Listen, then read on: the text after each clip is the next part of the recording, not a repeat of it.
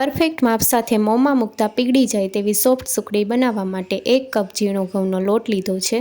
સાથે અડધો કપ આપણે ઘી લેવાનું છે અને અડધો કપ ગોળ લેવાનો છે। ગોળને આપણે આ રીતે ઝીણો કાપીને લેવાનો છે, જેથી સુખડી બનાવતી વખતે જલ્દી પીગળી જાય। તો પહેલાં આપણે ડીશને આ રીતે ઘીથી ગ્રીસ કરી લેવાની છે અને આ રીતે સાઈડમાં પણ ઘી લગાવીને ગ્રીસ કરી લઈશું। આ રીતે આપણે અગાઉથી ડીશમાં ઘી લગાવી દેવાનું છે, જેથી સુખડી બની જાય એટલે તરત આપણે પાથરી લઈશું। અને હવે આપણે જાડા તળિયાવાળી કડાઈ લેવાની છે, તેમાં અડધો કપ ઘી અને 1 કપ ઘઉંનો ઝીણો લોટ ઉમેરવાનો છે અને મિક્સ કરી લઈશું।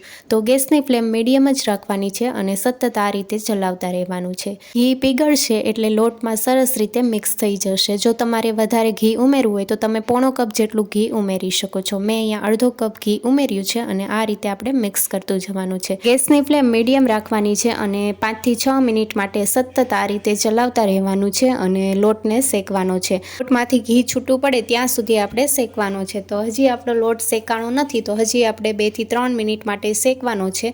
લોટ શેકાય એટલે લોટ અત્યારે જે છે તેના કરતાં પણ ઢીલો થઈ જશે અને કલર પણ ચેન્જ થઈ જશે। તો હજી આપણો લોટ શેકાણો નથી એટલે હજી આપણે થોડી વાર માટે ચલાવવાનો છે।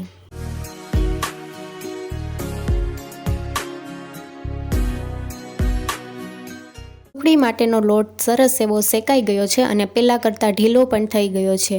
તમે જોઈ શકો છો આ રીતે કે લોટ પહેલાં કરતાં ઘણો ઢીલો થઈ ગયો છે। હવે આપણે ગેસની ફ્લેમ બંધ કરી દઈશું અને ગેસની ફ્લેમ આપણે બંધ કરી દઈએ તે પછી પણ આપણે 1 મિનિટ માટે લોટને આ રીતે ચલાવતા રહેવાનું છે અને હવે આપણે ગોળ મિક્સ કરીશું। ગોળ આ રીતે ઝીણો કાપીને ઉમેરશો એટલે ગોળ સુખડીના લોટમાં સરસ એવો પીગળી જશે અને હવે આપણે સુખડીને આ રીતે મિક્સ કરી લઈશું અને સુખડી આપણે આ રીતે ડીશમાં પાથરી લઈશું।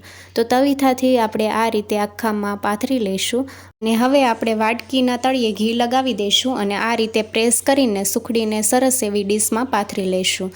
તો આ રીતે તમે જોઈ શકો છો કે મેં પાથરી લીધી છે અને હવે આપણે નાઈફના મદદથી પીસ કરી લઈશું। પીસ તમારે જે સાઈઝના કરવા હોય એ સાઈઝના તમે કરી શકો છો। આ રીતે મેં સુખડીના પીસ કરી લીધા છે અને એક પીસ કાઢીને બતાવું તો આ રીતનું પીસ તૈયાર થયું છે અને 2 ભાગ કરીને બતાવું તો આ રીતે એકદમ સોફ્ટ એવી સુખડી તૈયાર થઈ છે। નવી રેસીપી જોવા માટે ચેનલને લાઇક, શેર અને સબસ્ક્રાઈબ કરો। Thank you for watching.